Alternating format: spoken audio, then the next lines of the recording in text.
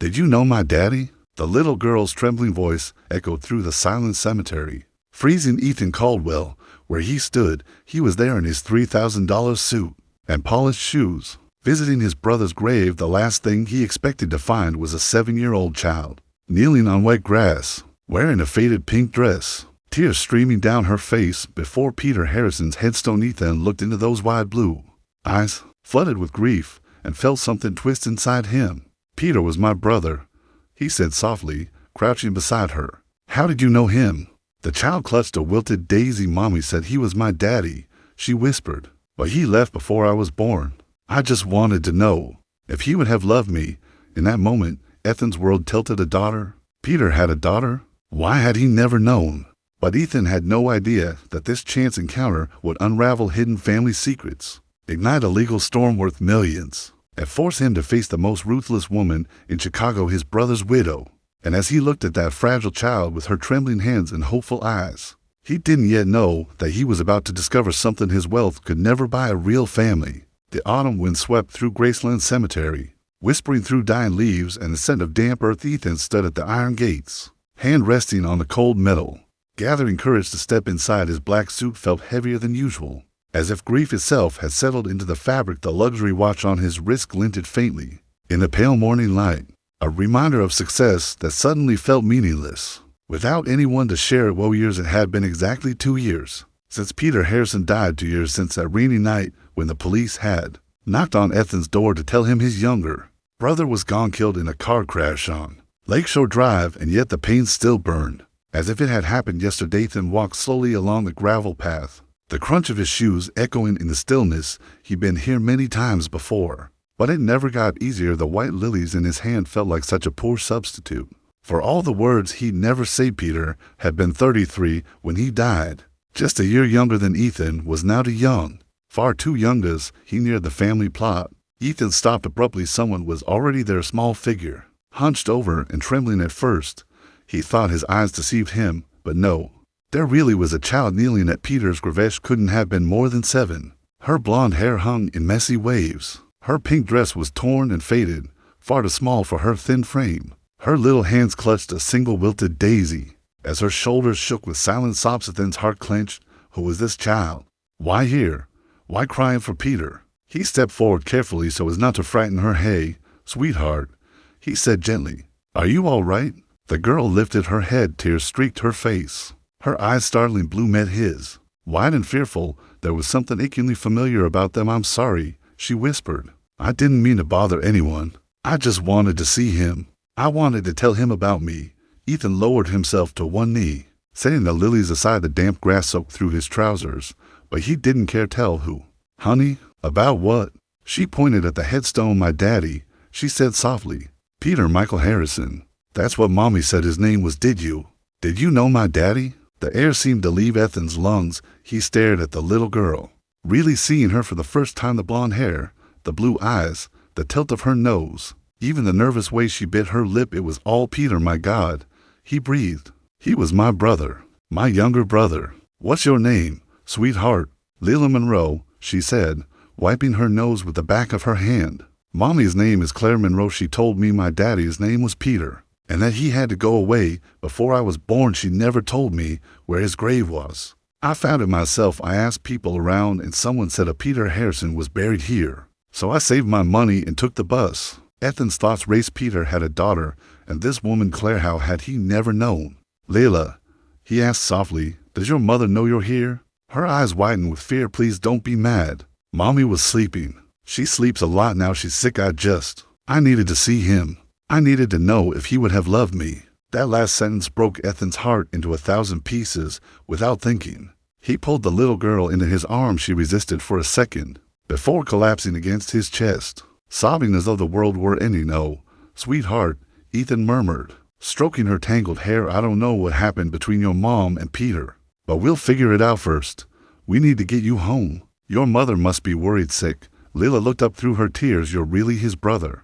You're my uncle?" "If what you're saying is true," Ethan said carefully, "then yes, that makes me your uncle, and that means we're family. You understand? Family takes care of each other for the first time." A tiny smile flickered across Lila's face. "Brief.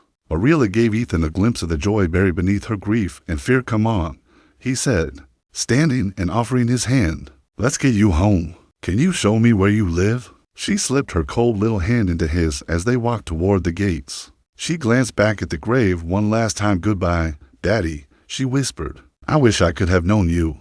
Driving through Chicago that morning felt surreal. Ethan's sleek sedan, with its leather seats and quiet hum, seemed out of place with the small girl in the back seat.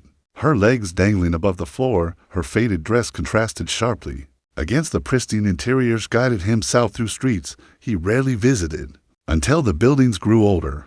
The paint-peeling sidewalks cracked. Finally, she pointed that one. It was a 4-story brick building that looked like it had given up years ago. Grimy windows, graffiti on the walls, the front door crooked on its hinges. Ethan parked, uneasy about leaving his car on the street. He helped Leela out and followed her. Inside, a smell of mildew and exhaustion filled the hallway. Each step up the creaking staircase echoed with the sound of poverty on the 3rd floor. She stopped before apartment 3C and knocked softly. Mommy, I'm home." For a moment, there was silence, then the sound of stumbling footsteps. The door opened, and Ethan found himself staring at one of the most beautiful yet fragile women he'd ever seen. The woman at the door looked like she'd been sculpted from both beauty and suffering. Claire Monroe was tall and slender, but her thinness spoke more of illness than elegance. A faded blue scarf was tied around her head, hiding what Ethan suspected was hair lost to chemotherapy. Her skin was pale, almost translucent, her eyes the same piercing blue as Lila's eyes that burned now with fear and relief. "Leela," Claire gasped, falling to her knees and clutching her daughter to her chest. "Where have you been? I woke up and you were gone. I was so scared, so terrified something had happened to you." Her voice cracked under the weight of emotion. Her hands trembled as she touched Lila's hair, her face, as though to make sure she was real. "I'm sorry, Mommy," Leela sobbed. "I just wanted to see Daddy's grave. I had to see it." It was then Claire noticed Ethan standing in the doorway. Her expression changed instantly.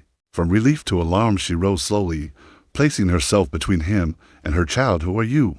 she asked sharply. "What are you doing with my daughter?" Ethan lifted his hands in a calming gesture. "My name is Ethan Caldwell," he said gently. "I found Leela at Graceland Cemetery this morning at my brother Peter Harrison's grave. She told me that Peter was her father." The color drained from Claire's face. She swayed slightly, and Ethan instinctively stepped forward. But she flinched away. "You're Peter's brother?" she whispered, disbelief flooding her eyes. He never told me he had a brother." "Maybe we should talk inside," Ethan suggested quietly. "This isn't the kind of conversation to have in the hallway." Claire hesitated, torn between distrust and the need for answers. Finally, she nodded and stepped aside of the apartment. Was small, barely 500 square feet, but spotless. A worn couch sat near the window. A few hand-drawn pictures colored the walls, and a tiny vase of dandelions rested on the sill. The air smelled faintly of cleaning solution. An effort. What caught Ethan's eye most was the stack of unpaid medical bills on the table. Bright red, overdue stamps glaring up at him. "Please sit," Claire said, gesturing to the couch. She perched on a folding chair, with Leela climbing into her lap. The girl clung tightly to her mother's arm. "Eyes still damp. I don't understand," Claire said softly. "Peter told me he didn't have any family. He said he was alone in the world." Ethan's voice hardened just slightly. "He lied about a lot of things, apparently. Our parents died when I was 25 and Peter was 22. So he wasn't completely wrong about being alone, but he still had me. I practically raised him. After our parents passed, I gave him a job, an apartment, every opportunity. I loved him more than anyone. And yet," he trailed off, pain constricting his throat. "If he had a daughter, why didn't he tell me?" Claire was silent for a moment, fingers brushing absently through Lila's hair. When she finally spoke, her voice was faint but steady. "Because he was ashamed," she said. "Because I was his secret. Because acknowledging Leela meant admitting what he'd done." Over the next hour, Claire told Ethan everything. Her words came flat and distant, like she was reciting someone else's tragedy. She'd been 23 when she met Peter Harrison. It was September 2016. She was working at a catering company serving a corporate event at the Hilton Chicago. He was there representing Harrison Enterprises. He was charming, Claire recalled, a ghost of a smile flickering. He said I had the most beautiful eyes he'd ever seen. It sounds silly now, but I was young, lonely, trying to survive in the city. They started seeing each other. Secret dinners, hidden affection. Peter said he was private, that he didn't like mixing business with his personal life. Claire thought it was romantic, She thought it meant she was special for 6 months. We saw each other all the time. She said he'd text that he missed me, send flowers, tell me he was falling in love. I believed him. Then, one day, Claire found out she was pregnant. She was terrified, but hopeful, imagining Peter's joy when she told him instead. She saw his world and hers collapse. I'll never forget that night. She said, her hands trembling. I went to his apartment, nervous but excited. When I told him, everything changed. He froze, then started pacing like a trapped animal, and then he said the words that broke me. She swallowed. He said, this can't happen. I'm married. Ethan's head jerked up. Married? Yes. Claire's eyes were empty. He told me I was just supposed to be a distraction, that he had a wife and I was never meant to matter. She gave a hollow laugh. He offered me $10,000 to take care of it. He said, Ethan's stomach turned, and when you refused, he got angry, said I was ruining his life, said if I told anyone, no one would believe me anyway. Then he told me to get out and never contact him again. Claire had left that night with her world shattered. She tried calling Peter. He blocked her. She tried visiting his apartment. She was turned away. She even went to Harrison Enterprises, but security refused to let her pass the lobby. I gave up, she said softly. What was the point? He'd made his choice, so I focused on surviving. I worked through my pregnancy. I gave birth to Leila in October 2017. She was perfect, and I promised I'd give her a good life, even if he didn't want her. For 7 years, Claire kept that promise. She worked 2 jobs, waitressing by day, cleaning offices by night. Every dollar went to food, rent, cloth. Then, a year ago, the pain began. Exhaustion, weight loss, the quiet terror of something growing inside her. Stage 3 ovarian cancer, she whispered. I don't have insurance. The bills keep coming. I can't work anymore. Most days I can barely get out of bed. I don't know how much longer I have. All I can think about is what happens to Leila when I'm gone. Leila reached up, wrapping her small arms around her mother's neck. Don't cry, Mommy, she said softly. You're going to get better. I know you are. Ethan sat in silence, rage at his brother, grief for this woman, shame for himself for never seeing the truth. I'm so sorry, he said finally, voice hoarse. What Peter did was unforgivable, but if Leila is truly his daughter, she deserves what's rightfully hers. Claire looked up sharply. What do you mean? Peter's estate, Ethan said. When he died, everything went to his wife, Amelia, but if we prove Lila's his child, she's entitled to half of it. Claire shook her head. I don't want his money. I never wanted his money. I just wanted him to acknowledge her. But he's dead, so what does it matter now? It matters, Ethan said, his tone firm. Because you're sick. Because Leila deserves better than this. Because this is justice. He took out a business card and placed it on the table. I want to help. We can do a DNA test, compare Lila's to mine. If it matches, I'll handle the lawyers, the best in Chicago. Claire stared at the card as though it might burn her. Why would you do this? You don't even know us. Ethan met her eyes. Are you lying? No, she whispered. Every word is true. Then that's all I need to know. He stood, took out some bills, and set them beside the card. For food, for medicine, whatever you need. I'll set up an account for you at Northwestern Memorial Hospital. You'll get the best care. No arguments. I can't accept this, Claire protested. It's too much. I don't want you to pay me back, Ethan said gently. If Leila is my niece, that makes you family too, and family doesn't walk away. As Ethan left that tiny apartment, the world outside felt different. For 2 years, he'd been drifting through grief. Now he had purpose, someone to protect, someone who needed him. What he didn't know yet was that this was only the beginning, and that in trying to right his brother's wrongs, he'd soon find something he never expected: love. The DNA test results came 1 week later. Ethan sat in his glass-walled office on the 52nd floor of Caldwell Industries, the paper trembling slightly in his hands. He'd read it 3 times, but the words still hit with the same force. Probability of relationship, 99.9%. The tested individual's shared genetic markers consisted with an avuncular relationship. Leila Monroe was his niece, Peter Harrison's daughter. His blood. Ethan set the report down and turned toward the window. Chicago glittered below, Lake Michigan reflecting the late afternoon light. But he barely saw it. All he could think was that somewhere in a small apartment across town, his brother's child was waiting, and she didn't even know that the rest of her life was about to change. Picked up his phone. Daniel Brooks, he said when his attorney answered. Clear your schedule. We've got a case to bill, and it's going to be a fight. The days that followed blurred into constant movement, legal meetings, calls, paperwork. But somewhere along the way, Ethan's visits to Claire and Leila stopped being about strategy. They became Personal started arriving after work with groceries or take-out dinners. He brought new shoes for Leela because he'd noticed the holes in hers. He sat with Claire during her treatments at Northwestern, waiting while Dr. Elizabeth Winters examined her when she came out pale and trembling. He was there, steady, patient, the only calm in the storm. Lila attached herself to him with the pure trust only a child can give. She held his hand. When they crossed the street, she showed him her drawing. She asked endless questions. Uncle Ethan, what's your favorite color? Uncle Ethan, have you ever seen a real elephant? Uncle Ethan, do you think Mommy's going to be okay? That last question always cut deep. Stone night, when Claire was too weak to get up. Ethan tucked Leela into bed. She looked up at him with wide, serious eyes. What if she dies like Daddy did? She whispered. What happens to me? Ethan's throat tightened. He pulled her close. If the worst ever happened, which I don't believe it will, you will never be alone. You're my family now, Leela.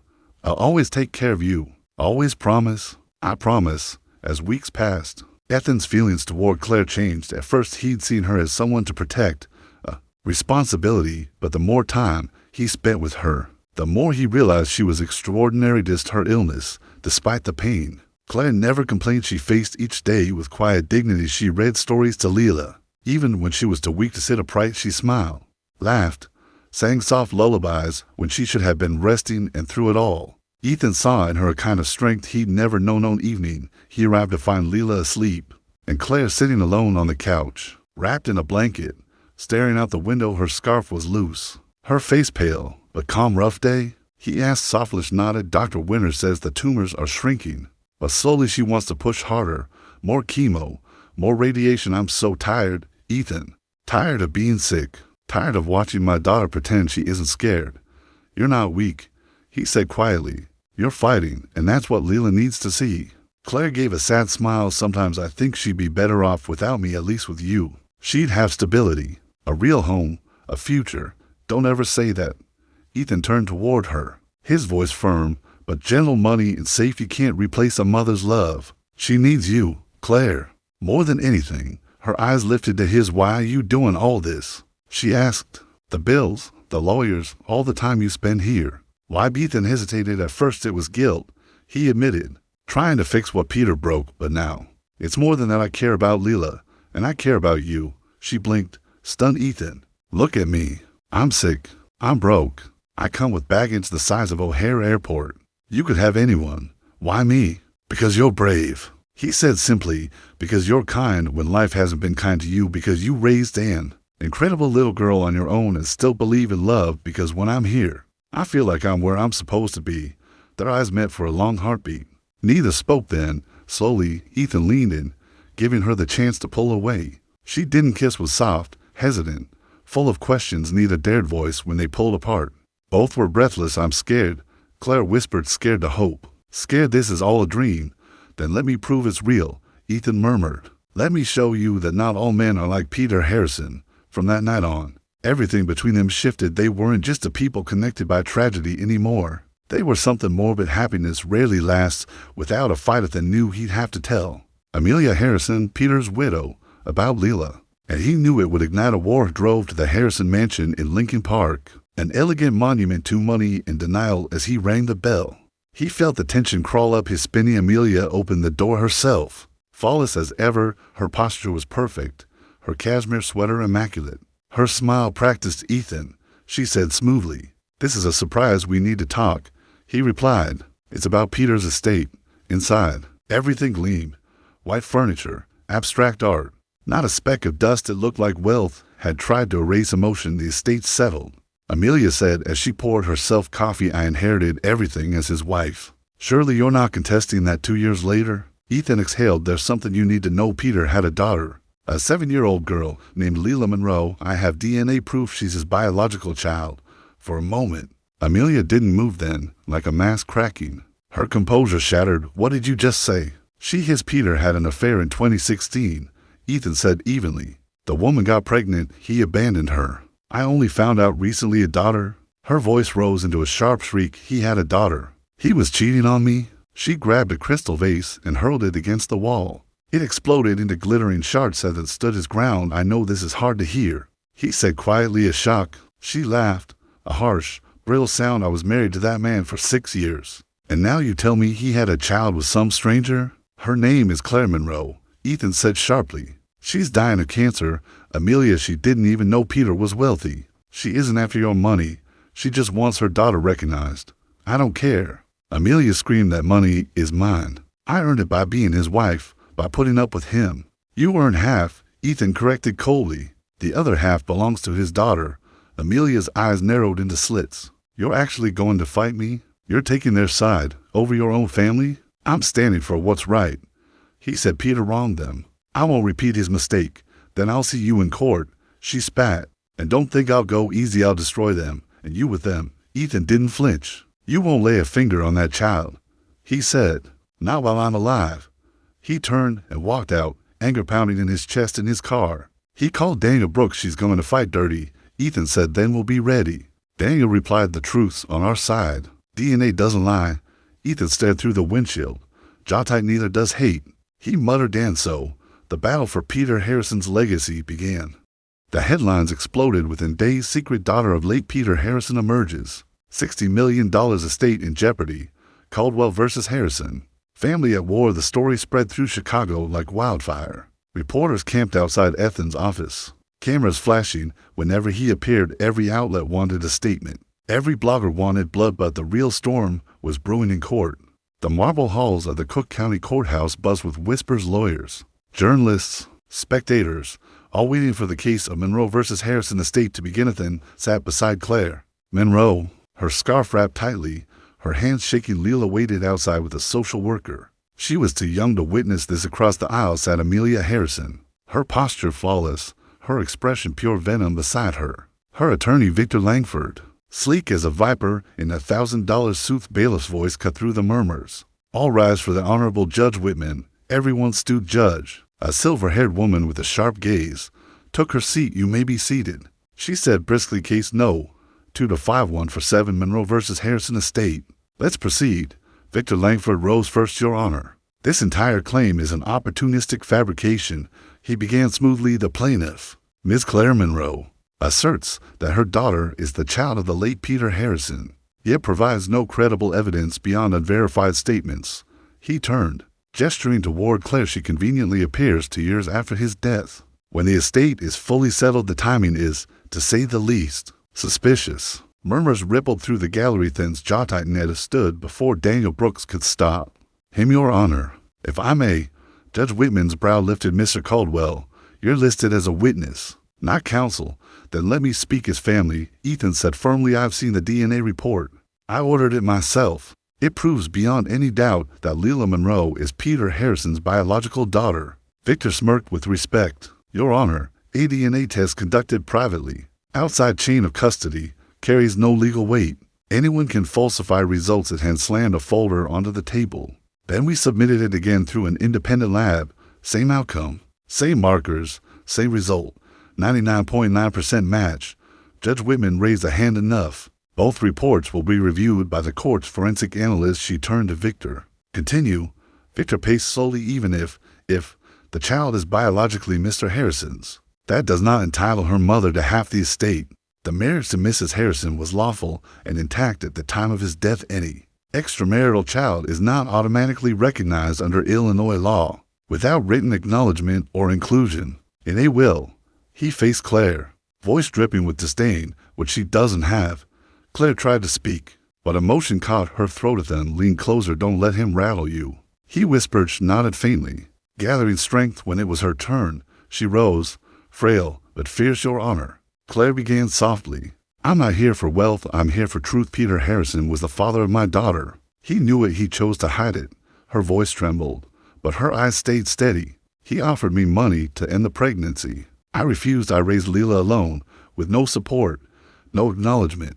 Now I'm dying, and all I want is for my daughter to be recognized for who she is, his child. A silence spread through the room. Judge Whitman studied her quietly. Do you have any correspondence, any proof of this relationship? Claire reached into her bag and placed an envelope on the stand. Inside were faded photographs, printed texts, and an ultrasound with Peter's name written across the top. Gasps rippled through the gallery. Victor shifted uneasily. Objection. These are unauthenticated, overruled, said the judge. Will examine them. When Ethan took the stand, the tension thickened. Mr. Caldwell, Victor began. Isn't it true you stand to gain influence over your late brother's assets? If this child is declared his heir, Ethan's eyes hardened. I don't want a cent. Every dollar would go to Leila Monroe's trust, so this is charity. Then, it's justice. Victor's tone sharpened. You claim to have had no knowledge of this alleged affair while your brother was alive. Is that correct? Yes. So Peter Harrison, your own brother, kept this a secret from you. And you never questioned his behavior? I trusted him, Ethan said quietly. Maybe that was my mistake. Or perhaps, Victor sneered, you needed a cause to cleanse your conscience. A dead brother can't defend himself, after all. Daniel Brooks shot up, objection, argumentative. Sustained. Judge Whitman said sharply, Mr. Langford, keep it to questions. Victor smiled thinly. No further questions. Your Honor.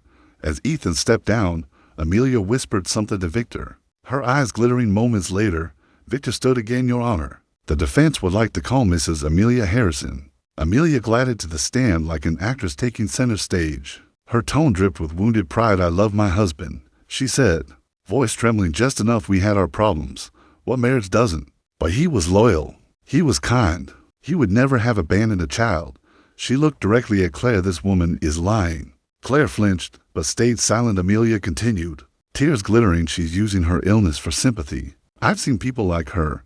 They think tragedy gives them the right to steal what isn't theirs. The courtroom buzzed with murmurs. Ethan's fist clenched. He wanted to shout, to tear the lies apart, but Daniel placed a firm hand on his arm. Wait, he whispered. Let her hang herself.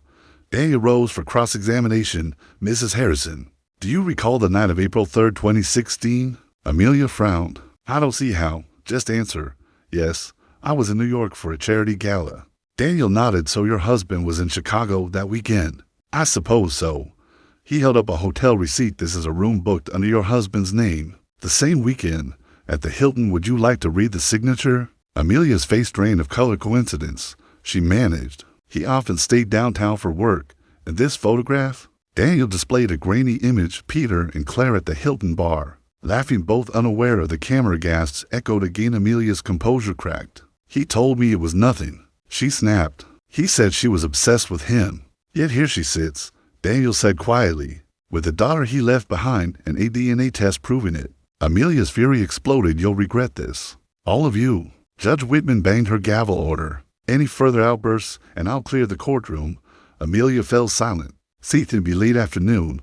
The session adjourned. The air outside was heavy, humid, the sky threatening rain. Ethan guided Claire down the courthouse steps. You were incredible in there, he said softly. Smiled faintly. My hands were shaking the whole time. You still stood up to her. Peter never would have expected that. Claire looked at him. Do you think we'll win? He paused. I think the truth always wins, but sometimes it takes a fight to prove it.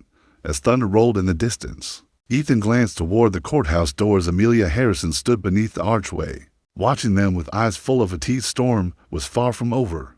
The next morning, Chicago woke to headlines sharper than knives. Harrison heiress under fire. Secret child confirmed by DNA. Caldwell family feud erupts in court. Widow versus mistress. The battle for Peter Harrison's fortune. Every network replayed the footage. Claire stepping from the courthouse, pale but dignified. Ethan guiding her past the swarm of cameras. Amelia glaring like a fallen queen for the first time. The city cared less about Peter Harrison's death and more about the living chaos he'd left behind at Claire's apartment. Reporters had already gathered. Ethan's security team blocked the entrance while he ushered Claire and Leila inside. The moment the door closed, Claire broke down. I can't do this, Ethan, she whispered, pressing her hands to her face. They're everywhere. They're saying I'm a liar, a homewrecker. Leila saw the news. She heard them shouting my name. Ethan knelt beside her, gently lowering her trembling hands. Listen to me. They can say whatever they want. The truth doesn't change, but the truth doesn't stop the noise, she said bitterly. It doesn't protect my daughter. He exhaled slowly, his tone firm. Then I will. There was silence between them, the kind of silence that means something has shifted that night. He sat by Claire's window while the city lights pulsed through the rain, reading through court documents as Leila slept in the next room. Every now and then, Claire's soft coughing broke the quiet. When she finally drifted off on the couch, Ethan pulled a blanket over her and watched her breathe.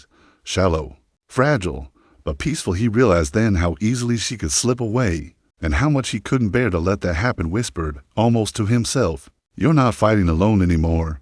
The following week, things grew uglier. Amelia launched a public counterattack. Her attorney, Victor Langford, appeared on television, spinning a new narrative. This woman fabricated everything. The so-called DNA test was staged by Mr. Caldwell, who clearly has ulterior motives regarding the Harrison fortune. Ethan watched the broadcast from his office. Fists clenched. Daniel Brooks turned off the TV. They're pushing a defamation angle, trying to discredit Claire's character before the final ruling. Ethan nodded grimly. "Then we'll fight it with proof. Every message, every date, every payment Peter made to her account. We show the pattern. We destroy the doubt. And the media?" Daniel asked. Ethan's jaw set. "I'll handle them myself." That evening, Ethan faced the press outside his building. Flashes blinded him. Microphones thrust forward. "Mr. Caldwell, are you admitting your brother fathered an illegitimate child? Is this about revenge against Mrs. Harrison? Are you in a relationship with Claire Monroe?" Ethan met the chaos head on. "My brother made mistakes," he said, voice low but steady. "I'm not here to defend them. I'm here to make sure an innocent child isn't punished for them. Claire Monroe has been through enough. The truth is documented, and the court will decide the rest." He turned and walked away. The clips went viral overnight, and for the first time, public opinion began to shift inside her apartment. Claire watched the footage on her phone. Ethan's voice filled the small living room. Calm and unflinching, Leela beamed. "Uncle Ethan sounds like a superhero." Claire smiled weakly. "He kind of is."